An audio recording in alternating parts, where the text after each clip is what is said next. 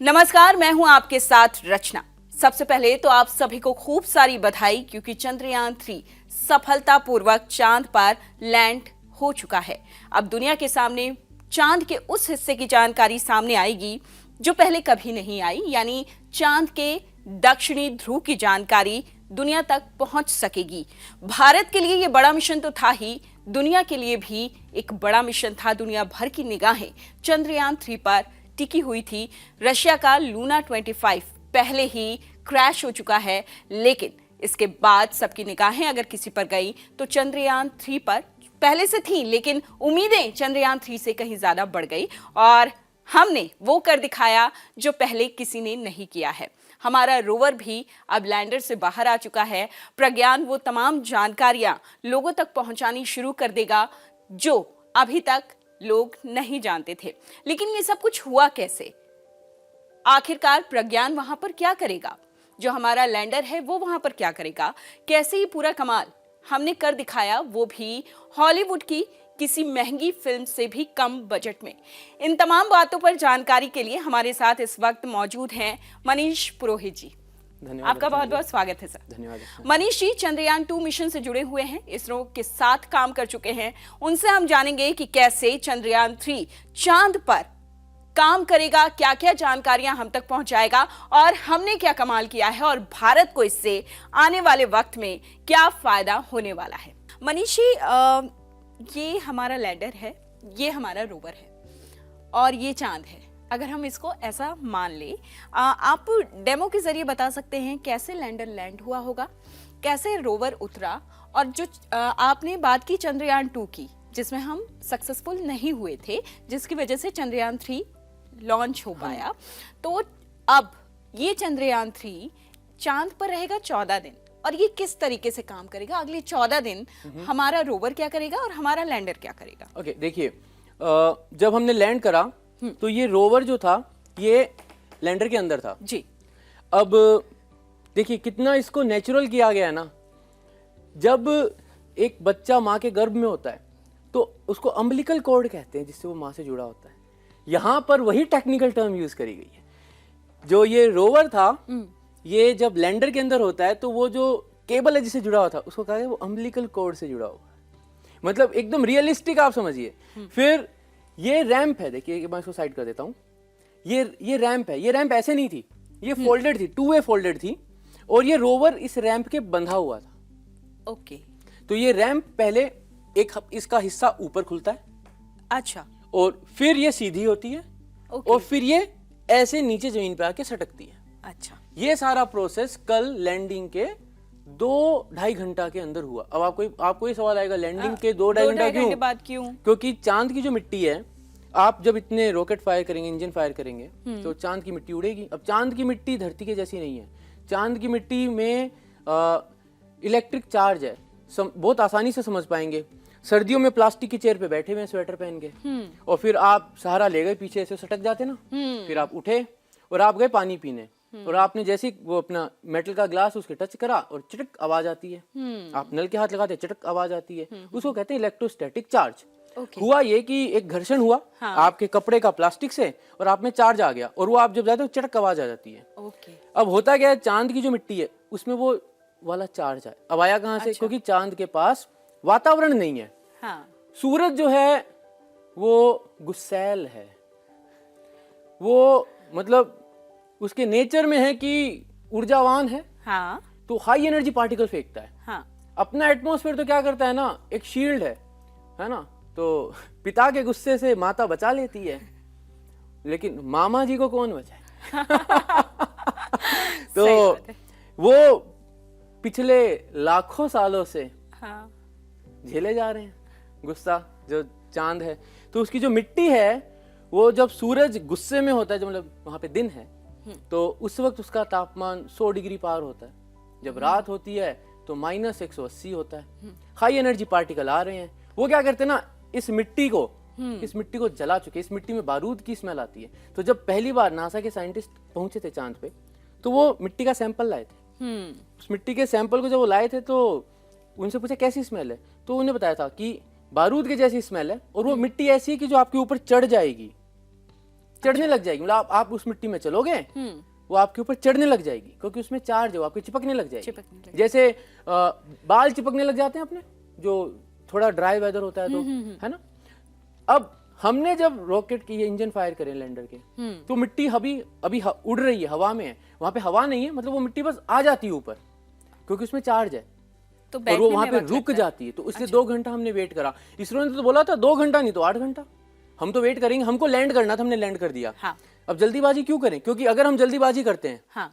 ये पूरा mechanism latch का मैकेनिज्म है, मूविंग पार्ट है। मिट्टी अभी हवा में घूम रही है, हवा नहीं मतलब उसमें उसको एयरबोर्न कहना तो गलत होगा, क्योंकि वहां पे हवा नहीं है, लेकिन वो उठी हुई है जमीन से। एक यहाँ पर उसने एक बादल सा बनाया हुआ है खुद का, मिट्टी का बादल है। तो उस मिट्टी के बादल में हमने कुछ भी करना कोशिश करी, और उसने कुछ एक गड़बड़ कर दी, और जल्दीबाजी में कहीं कोई पार्टिकल तो फंस गए, चिपक गए, तो फिर मुश्किल हो जाए। सारी मेहनत ही वो होगी, मतलब लैंडिंग कर दी सही और आगे गड़बड़ हो, तो उन्होंने कहा वेट करेंगे। अब वेट करेंगे तो पता कैसे चलेगा कि मिट्टी बैठ गई। तो कैमरे लगे हुए थे इसके ऊपर, तो 8 कैमराज के साथ गए थे अपन, हर एक एंगल को कवर करा हुआ है इसके। तो उन्हें देखा होगा कि हाँ 2-2.5 घंटा, उन्हें बोला 2 घंटे से 8 घंटा में बैठेगी। डिपेंड करता है कितनी उड़ी है, क्योंकि चांद की सतह ऐसी नहीं है कि वहां पे बस रेगिस्तान थोड़ी ना, कि हर जगह मिट्टी, कहीं मिट्टी ज्यादा कहीं कम, अनइवन सरफेस है, अजीब सा सरफेस है। वो मिट्टी बैठ गई होगी 2-2.5 घंटा बाद, तो उनने रैंप खोला और रोवर बाहर निकला। अब ये रोवर है, ये रोवर सिर्फ और सिर्फ विक्रम से ही बात कर सकता है। अच्छा। लेकिन जो विक्रम है, ये सीधा धरती से बात कर लेगा। विक्रम जो है वो चंद्रयान 2 से बात कर लेगा। और अगर आपको याद हो तो एक प्रोपल्शन मॉड्यूल भी था अपने पास। हाँ। प्रोपल्शन मॉड्यूल भी अभी चांद के चारों तरफ घूम रहा है, ये उससे भी बात कर सकता है। ये सबसे बात करेगा, लेकिन इसको अभी अलाउड नहीं है। पूरा सोर्स ये है कि ये सोर्स भेजने का, चीजों को लाने का और ऑर्डर देने का पूरा सोर्स, यही हमारा कनेक्शन है। कनेक्शन। तो जो प्रज्ञान है ये विक्रम से बात करेगा। इसका जो दायरा है, वो दायरा इसका है 500 मीटर।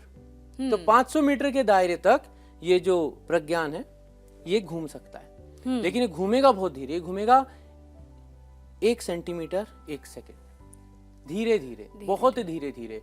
वो इसलिए क्योंकि अगर जल्दी चला रहे हैं और अनइवन सरफेस बार बार बोल रहे हैं, बहुत और सारे गड्ढे कुछ ऊपर नीचे हुआ, और ये तेज दौड़ रहा है, और अगर बैलेंस बिगड़ा तो इसको वापस खड़ा करने का तो सेटअप इम्पॉसिबल है हमारे लिए। तो हम ये नहीं चाहते कि ऐसा हो, इसलिए धीरे धीरे मूव करेगा। ये जो सेटअप है इसका, ये जो व्हील्स हमें दिख रहे हैं, इसको रॉकर बॉगी कहते हैं मैकेनिज्म। ये ऐसा है कि अगर सामने कोई ऑब्स्टेकल आ गई, तो ये एडजस्ट कर जाएंगे, पहिए एडजस्ट कर जाएंगे। हर एक पहिए पे एक मोटर लगी है, ये पहिया एडजस्ट कर जाएगा कि इसके ऊपर से चढ़ जाए।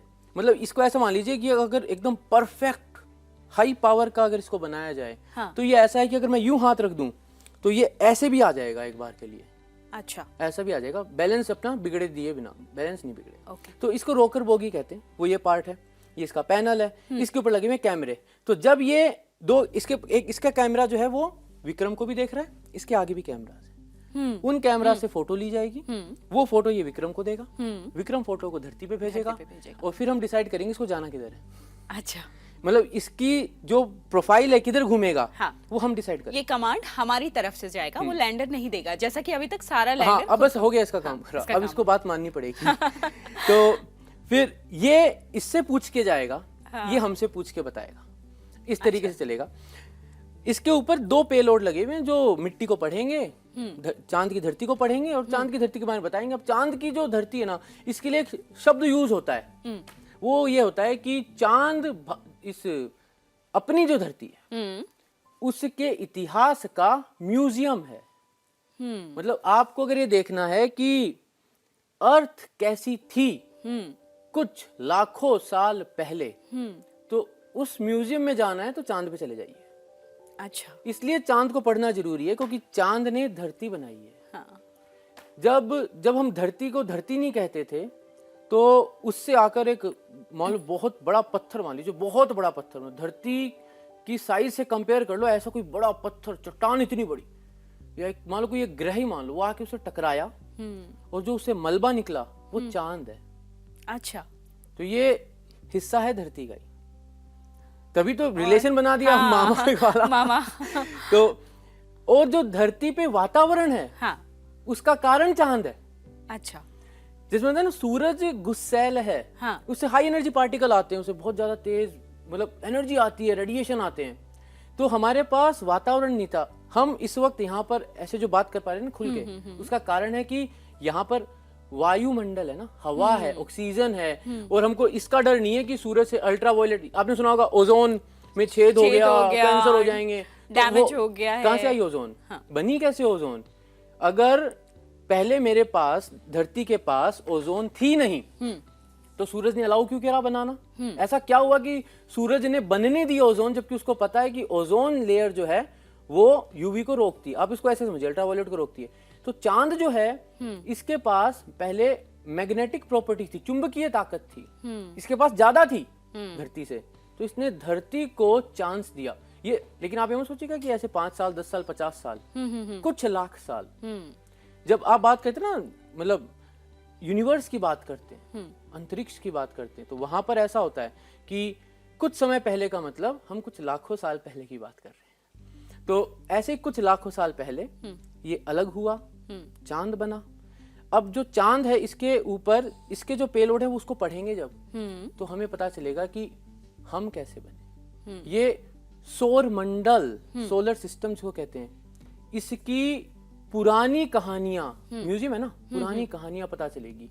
जब सूरज बनना चाह रहा था, जब वो एक ये पूरा जो सोलर सिस्टम था ये एक बड़ा गैस का गुब्बारा था, मतलब आप समझ लीजिए कितना बड़ा होगा वो गैस का गुब्बारा, जिससे कि जुपिटर, यूरेनस, नेपट्यून, ये प्लैनेट्स निकले इतने दूर दूर तक। वो वहां से ये सब उत्पत्ति कैसे हुई, तो ये बहुत बड़ी चीज है। उससे बड़ी चीज ये है कि चांद के भूकंप भी हम पढ़ेंगे कि चांद पर कंपन होता है क्या, वो पेलोड भी हमने भेजा है। ये जो आपको ऊपर दिख रहा है ये नासा का पेलोड है। इसको हम यूज करेंगे देखने के लिए कि चांद हमसे दूर जा रहा है, पास आ रहा है, क्या डिस्टेंस कितना है। कैसे पता चला कि 3,84,400 किलोमीटर है, दूर है। आप ये बात समझिए ना। तो ये पेलोड्स हैं जो हमने भेजे हैं। इसके अंदर और भी पेलोड्स लगे हुए हैं जो कि जिसमें बताया ना कि वो चार्ज आ जाता है, उसको पढ़ेंगे। क्योंकि देखिए सारा करना इसलिए जरूरी है, दलदली मिट्टी पे घर नहीं बनता। आप कह रहे हैं हमें ये सब क्यों कर रहे हैं हम, क्योंकि हमें चांद पर एक आगे का भविष्य ये है कि चांद पर एक बेस कैंप बनेगा। वो जो बेस कैंप अगर वो आपको बनाना है, वहां पर आपको वहां पर एस्ट्रोनॉट्स को भेजना है, उनको वहां पे रुकना है, आपको वहां पे कुछ रिसर्च करनी है, आपको वहां पे पानी चाहिए। तो आप वहां से, ऐसा तो है नहीं कि आप वहां से पानी की सप्लाई लेने जा रहे हैं, आप वहां बसावट सोच रहे हैं, आप वहां से आगे इंटरप्लैनेटरी मिशन पे जाना चाह रहे हैं। मतलब आप बोल रहे हैं मैं मंगल पे जाऊं, मैं मंगल पे भी देखूं क्या हो रहा है। और ये कुछ ऐसा नहीं है जो अपन देख नहीं पाएंगे। ये 2023 है, 2035 तक तो बहुत कुछ हो चुका होगा, क्योंकि अब तो भारत ने भी जिम्मा ले लिया, गगनयान पे तो काम कर ही रहे हैं। तो ये सारी चीजें, मंगलयान वापिस एक और बन रहा है, शुक्रयान बन रहा है, वीनस पे जाने की बात करें, मतलब आजू बाजू के जितने भी पड़ोसी हैं सबको मिलके आएंगे अपन भी अब। तो ये जो सारा प्रोसेस है उससे हम क्या कर रहे हैं, चांद को पूरा अच्छे से समझना चाह रहे हैं। एक बार चांद समझ में आया तो वहां पर हम अगर इंसानों को भेजते तो वहां पे क्या रहे, क्योंकि इंसान चांद पे गए हैं लेकिन वो वहां पर कुछ समय के लिए गए हैं, वो वहां पर हफ्तों महीनों के लिए नहीं गए हैं। और वहां से वो जब गए तो अपने स्पेस सूट में गए, वहां रुके, जो भी इनको छोटा मोटा सैंपल लेना था, कुछ करना था करा, और वापस उड़ के आ गए। वो गए थे चांद के इक्वेटोरियल पार्ट में, पोलर पार्ट में सबसे पहले हम ही पहुंचे। अब मैं एक और आपको बात बताना चाहूंगा कि ये जो इसके व्हील्स हैं प्रज्ञान के, इनके ऊपर, एक के ऊपर तो इसरो का लोगो है, एक के ऊपर अपना नेशनल एम्बलम है। तो जब ये चलेगा तो एक ट्रैक बनेगा और उस ट्रैक पे अपना नेशनल एम्बलम छपता चला जाएगा, इसरो का लोगो छपता चला जाएगा। और जब तक कोई इंसान या कोई मशीन जाकर उसको नहीं मिटाएगी, तो जब तक चांद है तब तक वो वहां रहे, वहां है। बहुत ही खूबसूरत बात और बहुत ही खूबसूरती से सोचा गया थॉट। मनीष जी, थोड़ा आप डेमो के जरिए बता पाएंगे कि ये चांद के जो 500 मीटर का एरिया है वहां पर किस आकृति में घूमेगा? क्या ये सीधे सीधे हर दिशा में जा सकता है या कोई रूट इसके कैमरास बना हुआ है? नहीं, इसका कैमरास है इसमें। हाँ, वो देखिए, क्योंकि हमने लैंडिंग पोजीशन तो देख ली, हाँ, आजू बाजू की पोजीशन अब इसके कैमरास हमें बताएंगे ग्राउंड स्टेशन पे। तो ये फोटोज खींचेगा और फिर वेट करेगा, फिर हम देखेंगे कि किस रास्ते जाना चाहिए, फिर इसको कमांड दी जाएगी, ये उसी रास्ते चलेगा और 1 सेंटीमीटर पर सेकंड की स्पीड से चलेगा। ये पूरा 14 दिन के लिए प्लान है। हाँ, 14 दिन के बाद जब निकली है तो लोगों के दिमाग में आ रहा होगा कि लूना 25 पूरे 1 साल के लिए प्लान था, लेकिन हमने सिर्फ 14 दिन के लिए इसको क्यों प्लान किया? देखिए, ये एक तरीके से आप ये मान लीजिए कि ये हमारे मतलब प्लान हमने इसलिए किया क्योंकि इतना ही हो सकता था। लूना 1 साल के लिए इसलिए जा सकता था क्योंकि सोवियत के समय से उनके पास वो टेक्नोलॉजी है। जब न्यूक्लियर टेक्नोलॉजी आई थी तो सोवियट्स और अमेरिकन्स कोल्ड वॉर का टाइम, वर्ल्ड वॉर 2 में जो न्यूक्लियर वेपन्स बने थे, उससे उनने अपनी टेक्नोलॉजी बहुत डेवलप कर ली थी, लेकिन बाकी देशों पे काफी धीरे धीरे तो डेवलपमेंट धीरे हुआ। वो जो मेन कारण है कि लूना 1 साल तक जा रहा था, वो इसलिए था क्योंकि इसके अंदर एक न्यूक्लियर का सोर्स जा रहा था। वो न्यूक्लियर का सोर्स गर्म रखने के काम आना था। गर्म रखने के काम, और उसमें रोवर नहीं है, उसमें सिर्फ लैंडर था। अच्छा। हाँ, उसमें सिर्फ लैंडर था, ऐसा कुछ भी नहीं था जो बाहर निकलेगा, बस वो खड़ा हो जाना था और फिर वो कुछ नहीं, बस खड़ा रहेगा और सारे वो वहीं करेगा, खड़े करेगा। तो उसके अंदर एक क्रेन टाइप का सेटअप था जो ऐसे मिट्टी को खोद के निकालेगा, और जो लैंडर था वो वहां पर स्टक था, जहां था वहीं उतरना था, वो हिलना नहीं था अपना, तो जैसे रोवर चलेगा। तो इसके अंदर एक हीटिंग यूनिट डाल रहे थे वो, तो उसको कहते हैं रेडियो आइसोटोप हीटिंग यूनिट। वो जब सूरज चमक रहा है तब तो ठीक है, लेकिन जब सूरज नहीं है तो हमारे जो सोलर पैनल्स हैं उसमें तो पावर बनेगा नहीं। अब बिजली नहीं है, इसके अंदर हीटर होते हैं। अच्छा, इलेक्ट्रॉनिक्स को हीटर चाहिए। अभी अपने को लगता है ना कि अपन धरती पे हैं तो अपन सब कुछ टेकन टू बी ग्रांटेड लेते हैं ना लेकिन ये भी एक बहुत मतलब सोची समझी सेटिंग है। बाहर जाके देखें एक बार तो पता चले। तो इलेक्ट्रॉनिक्स को एक टेम्परेचर रेंज में ही काम करना होता है। अगर उससे ज्यादा ठंडे हुए तो इलेक्ट्रॉनिक्स मर जाती है, और ज्यादा गर्म हुआ तो भी मर जाती है। तो जैसे आपने बहुत बार देखा होगा, फोन जब बहुत गर्म हो जाता है तो बहक जाता है ना, वो हैंग होने लग जाता है। तो बहुत गर्म भी खराब करता है तो बहुत ठंडा भी खराब करता है। यहाँ पर गर्म को तो हम मेंटेन कर सकते हैं, लेकिन हम ठंडे को मेंटेन कैसे करेंगे, क्योंकि तब तो हमारे पास पावर सोर्स ही नहीं है। तो हम कैसे उसको मेंटेन कर पाएंगे जब ये बहुत ज्यादा ठंड की साइड जाने लगेगा, क्योंकि सोलर पैनल नहीं है, बिजली बन नहीं रही, तो इसकी हीटिंग यूनिट चलेगी कैसे। तो हम ये मान रहे हैं कि जो 14 दिन है, जब तक सूरज दिखेगा तब तक काम करेगा, सूरज दिखना बंद होगा, धीरे धीरे इसकी जो बैटरीज हैं वो बैटरीज डाई हो जाएंगी, क्योंकि डिस्चार्ज हो जाएंगी। तो जितना यूज कर सकते हो उतना यूज कर पाएंगे। उसके बाद अगर वापस जब सूरज चमका, उगा, इनको दिखा, अगर जाग गए तो बोनस, और नहीं तो कोई बात नहीं, हमारा काम 14 दिन में निपट गया। लेकिन लूना ने क्या करा, उन्हें वो हीटिंग यूनिट लगा दी। तो जब रात होगी तो वो हीटिंग यूनिट हीट कर देगी, और फिर सूरज आएगा तो आप अपना काम फिर कर। और आपको यहाँ बता दें कि चांद की जो रात है वो धरती जैसी नहीं है, वो बेहद ठंडी है, -200 डिग्रीज चली जाती है तक वो चली जाती है। इतना ठंडा हो जाता है सब कुछ वहां पर। हम वापस आते हैं हमारे चंद्रयान 3 के काम पर। 14 दिन बहुत इंपॉर्टेंट है, और हमारे पास सिर्फ 14 दिन है रिसर्च के लिए वहां पर। तो कौन से 5 बेनिफिट हैं चंद्रयान 3 के जो भारत को अदर कंट्रीज से ऊपर रखेगा? ऐसी कौन सी 5 चीजें हम चंद्रयान 3 से हासिल करने वाले हैं जो अब तक दुनिया के सामने नहीं है? देखिए, सबसे पहला तो जो उन 5 के बराबर जो एक सिंगल है वो तो ये कि हमने सॉफ्ट लैंडिंग बता दी करके। देखिए, ये जो मिशन था इसके ऑब्जेक्टिव थे 3। पहला इसका मिशन का ऑब्जेक्टिव था सॉफ्ट लैंडिंग, हो गई है। दूसरा था rover rowing on the moon, हो गया है। तीसरा था एक्सपेरिमेंट करना, तो अब डेटा आने चालू हो जाएंगे।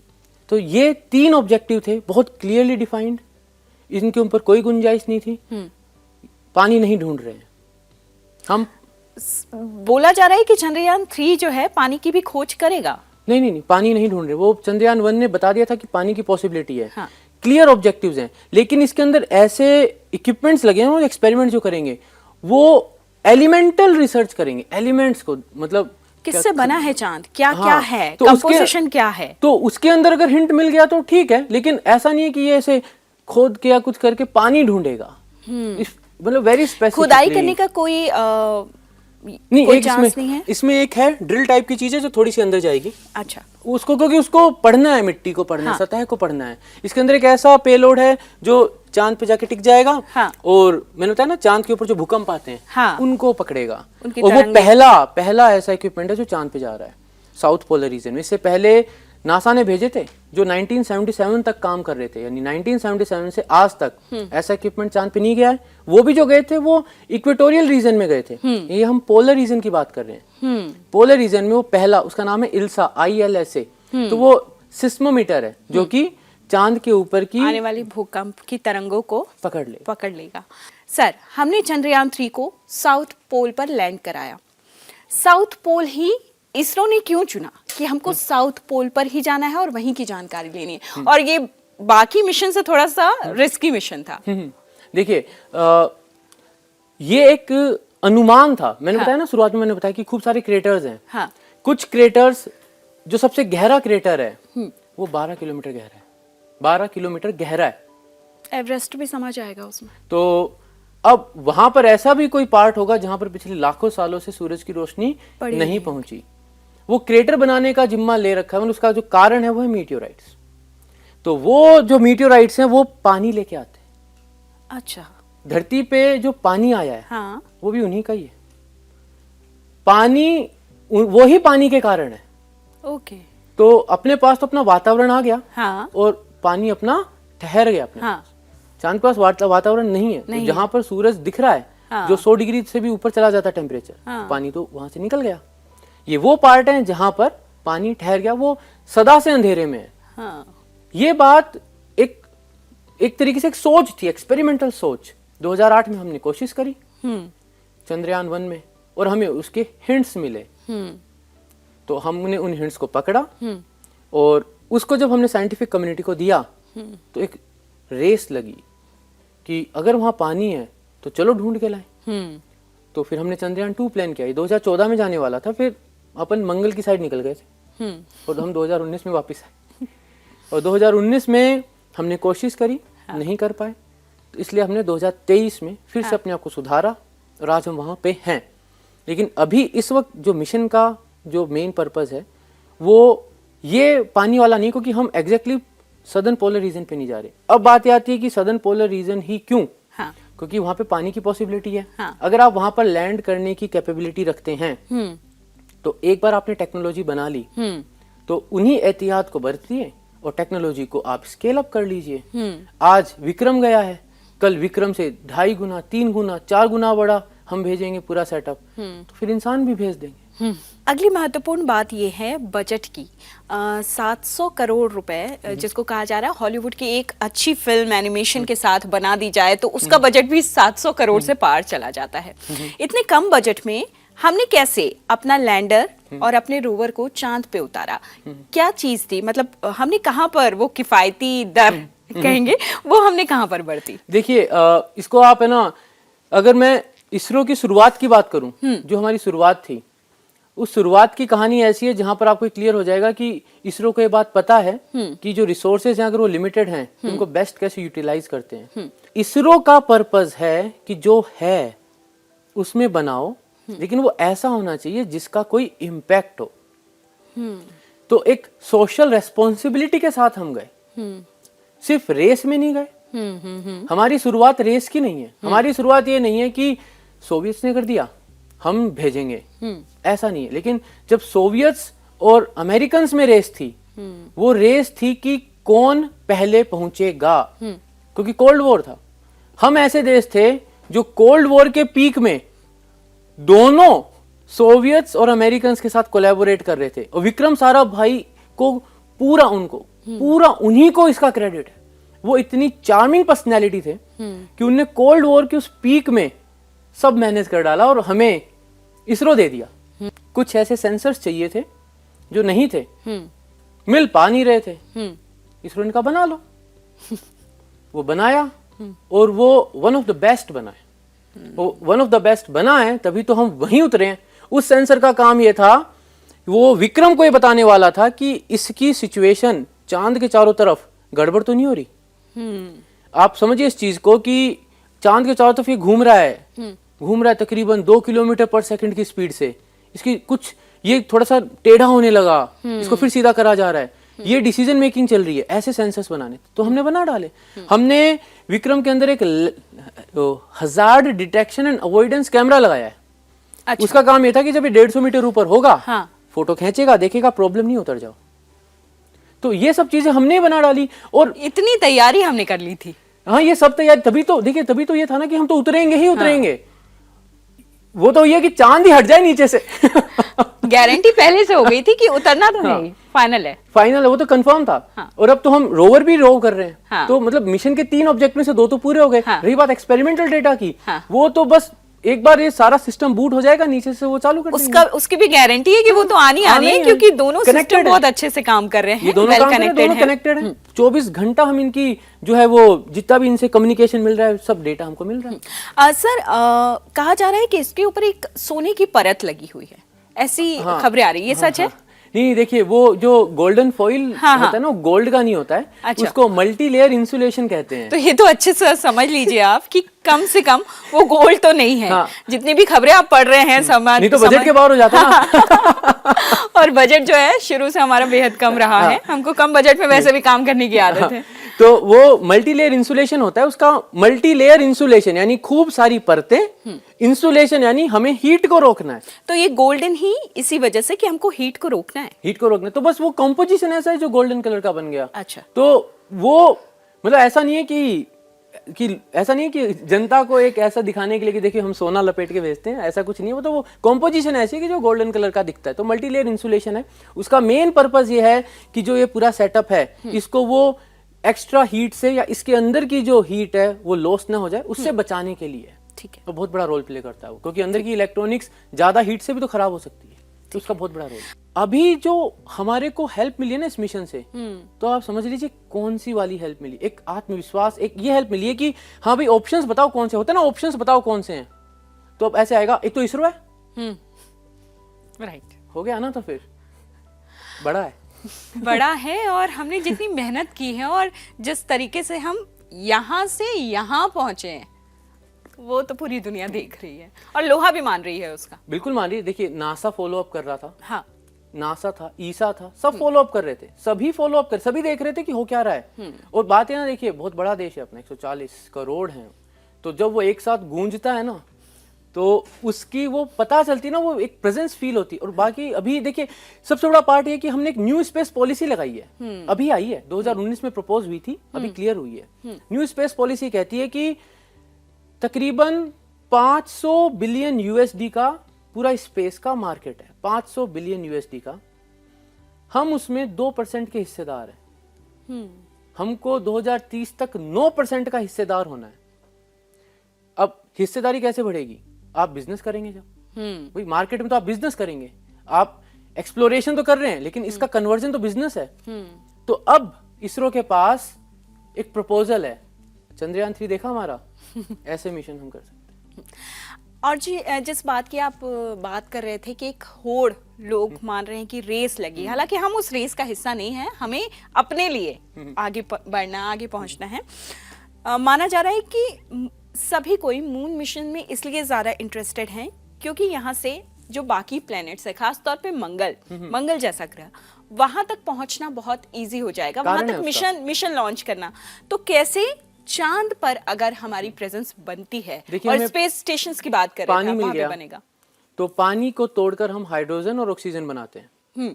दोनों ही काम आते हैं as a fuel for the rocket. Rocket के फ्यूल हैं दोनों। ठीक है। तो चांद की ग्रेविटी धरती से बहुत कम है, 1/6 है। हमारा ये जो चंद्रयान गया, ये 4000 किलो के आसपास का था, 3800 समथिंग। इसको लेके जाने के लिए जो हमने रॉकेट बनाया वो 6,40,000 किलो का था, क्योंकि उस रॉकेट को धरती की ग्रेविटी को हराना है, धरती के एटमॉस्फेयर को हराना है, और इसको लेके जाना है। अब आप एटमॉस्फेयर हटा दो क्योंकि चांद पे नहीं है, ग्रेविटी 1/6 कम कर दो, खर्चा भी कम हो गया तो उस पे लगने वाला। तो उतना भारी रॉकेट बनाएंगे, तो अब 4000 किलो नहीं होगा ना, 10,000 किलो ले जाओ। तो हम अगर 4000 ही लेके जाना है तो ज्यादा दूर तक जा सकते हैं। तो देखिए ये कंपैरिजन आता है कि हमें लगे 42 दिन, वो तो चले गए 11 दिन में। लिमिटेशन लॉन्च व्हीकल की, रॉकेट की लिमिटेशन है, जो हमारा रॉकेट है उसकी ताकत की लिमिटेशन है। चांद पे अगर हम जाते हैं तो चांद से लिफ्ट ऑफ करना, टेक ऑफ करना, वो इसलिए आसान है क्योंकि वहां की ग्रेविटी कम है और वहां पे एटमॉस्फेयर नहीं है। और यही दो मेन फैक्टर हैं जो कि धरती की जो लॉन्च होता है धरती से, उसको गवर्न करते हैं। क्योंकि हमें धरती को तो छोड़ के निकलना है, जब तो धरती वापस खींचती है तो उस धरती के खिंचाव के ही तो अगेंस्ट जाना है। ये वैसा देखिए कि आपके कोई स्प्रिंग बांध दे और आपको बोले भागो, तो आप जब तक ही भाग सकते हैं जब तक आप उस स्प्रिंग से ज्यादा जोर लगा रहे हैं, रुके तो वापस आ जाएंगे। हाँ, और उसी स्पीड से वापस आ जाएंगे। हाँ। ठीक है, तो ये बहुत महत्वपूर्ण जानकारी इसलिए है क्योंकि अब जो है बात आ रही है पैसों की, बिजनेस की बात लोग कर रहे हैं, और अब बात आ रही है कि हर कोई स्पेस स्टेशन इसलिए बनाना चाहता है क्योंकि वो कब्जा करना चाहता है स्पेस पर। इस तरह की बातें भी बहुत सारी उठ रही हैं। एक एग्रीमेंट है, यूनिवर्सल है, ये चांद किसी का भी नहीं है, चांद ह्यूमैनिटी का है। तो आप जैसे अब आपके माध्यम से बताना चाहूंगा, आप चांद पे जमीन नहीं खरीद सकते हैं, और इम्पॉसिबल है, क्योंकि चांद पर जमीन को बेचने का हक किसी के पास नहीं है ही नहीं। तो जहां कहीं भी अपन देखते हैं सोशल मीडिया पे कि इसने चांद पे जमीन खरीद ली, इसने चांद की जमीन किसको दे दी, तो फिर बाद में चांद ही क्यों, सूरज का टुकड़ा भी रख लो, कौन रोक रहा है? तो ऐसा कुछ भी नहीं है। तो ये किसी का भी नहीं है, ये ह्यूमैनिटी का है। हाँ। ये ऐसा नहीं है कि जैसे भारत यहाँ उतर गया है, हाँ। तो ये नहीं कह सकता भारत की ये तो मेरा एरिया हो गया, ऐसा नहीं है। यहाँ से जो भी इंफॉर्मेशन मिलेगी वो साइंटिफिक कम्युनिटी की होगी, ग्लोबल साइंटिफिक कम्युनिटी की होगी। हमें नासा का जो LRO मिशन है, चांद की चारों तरफ घूम रहा है, 60,000 चक्कर काट चुका है चांद के, उससे इंफॉर्मेशन हमें चाहिए तो वो मिल जाएगी हमें। नासा ने तो मतलब ये पब्लिक में होती इंफॉर्मेशन, ये मानवता के भले की है, तो इसलिए कोई किसी पे कब्जा नहीं कर सकता। हाँ, लेकिन एक है कि माइनिंग, आपने सुना होगा कि हम रिसोर्स माइनिंग करेंगे, वो ले आएंगे, वो थोड़ा सा एक है, अभी डिबेटेबल है, बट वैसे बहुत क्लियर है कि आप ये जाके नहीं कह सकते कि हम इस हिस्से में उतर गए, ये तो हिस्सा अब हमारा, ये हिस्सा हमारा हो गया, वो नहीं। हाँ, चलते चलते क्योंकि वक्त हमारे पास थोड़ा कम है, मैं इसरो के बाकी मिशंस के बारे में आपसे फटाफट जानना चाहती हूँ। वो कौन कौन से मिशंस हैं जो अगले कुछ सालों में लॉन्च होने वाले हैं, उनसे फायदे क्या होने वाले हैं हमें? देखिए, एक अपना जस्ट अभी होने वाला है, शायद 1 या 2 सितंबर को, पहले 26 को जाना था, 26 अगस्त को जाना था, लेकिन शायद अब 1 या 2 सितंबर को जाएगा आदित्य मिशन। हम सूरज को पढ़ेंगे। कितना दूर रहेगा वो सूरज से? हम सूरज की साइड जाएंगे, हाँ, और धरती से हम सूरज की साइड जाएंगे तकरीबन 15 लाख किलोमीटर, 120 दिन लगेंगे वहां पहुंचने में, और हम वहां से सूरज को पढ़ेंगे। वो जहां जाएगा उसको कहते हैं लैग्रांजे पॉइंट। वो एक ऐसा पॉइंट है जहां पर सूरज का खिंचाव और धरती का खिंचाव बराबर हो जाता है। ठीक है। तो वहां पर अगर आप रहते हो तो ना आपको सूरज खींच रहा है ना आपको धरती खींच रही है, आप वहां पे मतलब दो धागे बांध के आपने एक पत्थर लिया, उसके 2 धागे बांध के खींच रहे हो, दोनों बराबर खींचो तो पत्थर वहां रुक गया, वैसी सिचुएशन है। अब आप उसका फायदा पूछेंगे, वो कंप्लीटली टोटली एक साइंटिफिक प्रोग्राम है, लेकिन उसका फायदा ये कि आप सूरज को पढ़ रहे हैं, एक बार सूरज को पिक्चर से हटा दीजिए और अपने एग्जिस्टेंस को सोचिए। तो ऐसे फायदे नहीं होते। देखिए, एक तो क्या होता है, कैसा होता है कि जैसे बहुत बार सवाल आता है, चंद्रयान 3 भेजा, आपने इस पे लगाए 600 करोड़, क्या 60,000 करोड़ देगा? तो वो ऐसे नहीं देता है। स्पेस रेस जब हुई थी, laptops, CT scan, scratch resistant glasses, ये जो सारी चीजें हैं, ये कहीं ना कहीं उस रेस से निकली हुई है। तो इनके स्पिन ऑफ्स होते हैं, और ऑब्वियसली बिजनेस जब करेंगे तो वो तो डायरेक्ट एक इकोनॉमी में बात आती है, में जुड़ जाएगा। अब गगनयान करेंगे, गगनयान मिशन अभी हमारा, हम उसको टेस्टिंग एंड क्वालिफिकेशन कहते हैं, कि अभी उस फेज में है कि तैयारी कर रहे हैं, टेस्ट कर रहे हैं। अभी एक पैराशूट टेस्ट हुआ था, अगर आप फॉलो अप करा हो आपने तो एक उस पे रेल की पटरी पे एक बड़ा सेटअप लगाया था, और उसके ऊपर वो बूस्टर्स फायर करें, वो भागा, और फिर एक पैराशूट खुला, देखा कि वो पैराशूट कितना अच्छे से काम कर रहा है। क्योंकि वो हमारे एस्ट्रोनॉट जब वापस आएंगे स्पेस से, वापस धरती पे आएंगे, तो वो जिस उस मॉड्यूल में होंगे, उस मॉड्यूल को रोकने के काम आएगा, तो उसकी टेस्टिंग चल रही है। वो मिशन प्लान्ड है आगे आने वाले समय। हम थोड़ा डिले हो गए, ये कोविड वगैरह सब जो हुआ उसमें डिले हो गया थोड़ा सा। वो जो मिशन है, वो मिशन अभी टेस्टिंग फेज में है, लेकिन 2 अमेरिका की बड़ी कंपनीज ने इसरो को अप्रोच कर लिया है, क्योंकि उनको पता ना किफायती होगा, रिलायबल होगा, और ऐसा होगा कि हम प्रोजेक्शन देंगे कि भाई ये इतने में बनेगा, तो उससे कम में भी बना सकते हैं, क्योंकि वो एक प्रोजेक्शन होगा। तो ऑलरेडी अप्रोच कर चुके हैं। एक कंपनी तो MOU साइन करा है कि एक्सप्लोर करते हैं कि देखिए हम यूज कर पाए क्या। हमारा भी ऐसा ही कुछ प्रोग्राम है आगे का, आपका लॉन्च व्हीकल यूज करेंगे। तो देखिए, अब कहीं ना कहीं स्पिन ऑफ होते हैं, कहीं ना कहीं डायरेक्ट बिजनेस एडवांटेज होता है। धरती के चारों तरफ 200 से 400 किलोमीटर का जो दायरा है, उसके अंदर काफी सैटेलाइट जा रही हैं, काफी स्पेसएक्स सब जानते हैं, इलोन मस्क, उनका एक पूरा एक प्रोग्राम है स्टारलिंक नाम का, हजारों सैटेलाइट्स वहां घूमेंगे इंटरनेट के लिए। इस साल में अभी तक जितने लॉन्च हुए, मान लीजिए शायद 120-130 लॉन्चेस हुए इस साल में, उनमें से जो 120-130 सैटेलाइट्स गई हैं धरती के चारों तरफ जो घूम रहे हैं, जो मिशंस गए हैं, उसमें से 90 से ज्यादा उस ऑर्बिट में गए हैं। और हमारे पास उस ऑर्बिट तक जाने में, वहां तक कोई भी चीज को लेके जाने के लिए जो टेक्नोलॉजी चाहिए, हमारे पास वो वेल प्रूवन है। हम उसको वर्क हॉर्स कहते हैं, वो इसरो का वर्क हॉर्स है कि उसमें तो हमारा आंख बंद करके विश्वास है। तो अब जब ऐसे हम एग्जाम्पल सेट करेंगे तो वो वाला मार्केट भी हमारे को मिलेगा। तो ये एक तरीके से ऐसा होता है कि हम अपना कहीं बल दिखाते हैं और फिर उसको यूज करते हैं सॉफ्ट, एक तरीके से पावर के जैसे। तो आपने बात की गगनयान की, आदित्य मिशन की, क्या चांद पर हमको, हमारे पास कोई ऐसी प्लानिंग या कोई ऐसा मिशन है, कुछ ऐसे मिशन की प्लानिंग चल रही है कि अब रोवर तो उतर गया, इंसान कब उतरेगा भारत से? देखिए, इंसान को लेके जाने के लिए पहले गगनयान होना जरूरी है, क्योंकि उसी में इंसानों को भेजेंगे। गगनयान पहले इंसानों को स्पेस तक लेके जाएगा, यानी ये मान लीजिए धरती से 100-125 किलोमीटर ऊपर तक लेके जाएगा, फिर वापस लेके आएगा, वो क्वालिफाई होगा। उसके बाद फिर आप जहां चाहे वहां ले जाइए। क्या शुक्र के लिए भी हम कोई मिशन प्लान कर रहे हैं? शुक्रयान बना रहे हैं। ये देखिए, ये सब प्लान जो था ये इन्हीं सालों में था, लेकिन क्या ना, एक थोड़ा आगे खिसकता है तो बाकी मिशन उसके साथ शिफ्ट हो जाते हैं। जैसे एक मिशन है जो नासा का है, निसार नाम है उसका, NASA ISRO synthetic aperture radar. वो एक ऐसा मिशन है जिसमें नासा ने बनाया स्पेसक्राफ्ट, उसको हम लॉन्च करेंगे। समझिए आप, नासा का मिशन है, लॉन्च हमसे करवाया जा रहा है, हम लॉन्च करेंगे। तो मान रहा है धीरे धीरे, दुनिया मान रही है हमारे बल को। और ये सारे जो मिशंस हैं, तो ये यही तो बता रहे हैं ना कि इसरो ऑप्शंस क्या क्या हैं। इसरो भी है, इसरो भी है। मंगलयान के बारे में भी चलते चलते बताते जाइए, क्योंकि मंगलयान 2 जो मिशन है हमारा, वो भी कह रहे हैं कि उस पर भी काम चल रहा है और वो भी लॉन्च होगा जल्दी, ऐसा कुछ? जल्दी होगा, लेकिन उस जल्दी में एग्जैक्ट कि 2025 है कि 2026 है, वो अभी थोड़ा मुश्किल है, क्योंकि अभी गगनयान थोड़ा डिलेड है।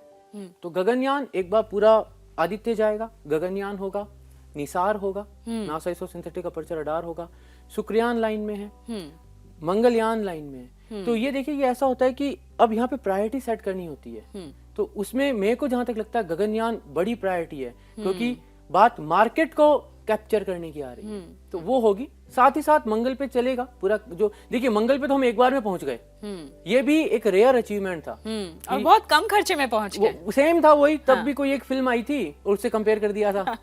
तो हॉलीवुड की कोई फिल्म से कंपेयर किया था तब भी। ये जो मिशंस होते हैं इनकी प्लानिंग बहुत लंबी होती है, लेकिन जो क्लियरेंस होता है, क्वालिफिकेशन, हम तैयार हैं, कब लॉन्च करें, टेक्नोलॉजी सब सारी बराबर हो गई है क्या, सब एग्जैक्ट वैसा है जैसा हम चाह रहे हैं, उसमें समय लग जाता है। समय ऐसे लग जाता है जैसे 2014 में चंद्रयान 2 जाना था, लेकिन एक बार मंगल आ गया और फिर हम 2019 में गए, नहीं हो पाया तो 23 में गए। अब कोई बोलेगा कि यार 2014 में जाने वाले तो 2023 में पहुंचे हो, लेकिन इसका ऐसा नहीं है कि भूल गए, ये नहीं है भाई। मंगल की प्लानिंग करी तो आपको कोई एक तो प्रायोरिटी रखनी पड़ेगी ना, आपकी वो प्रायोरिटी हुई। तो वैसा अभी गगनयान है उसमें, तो वो क्योंकि वो सक्सेसफुल हो गया तो हम बड़े एक पावर के रूप में दिखने लग जाएंगे। अभी ये होता है ना कि भाई आपको स्पेस में इंसान भेजना, कौन लेके जाएगा? इसरो तो नहीं लेके जा सकता ना।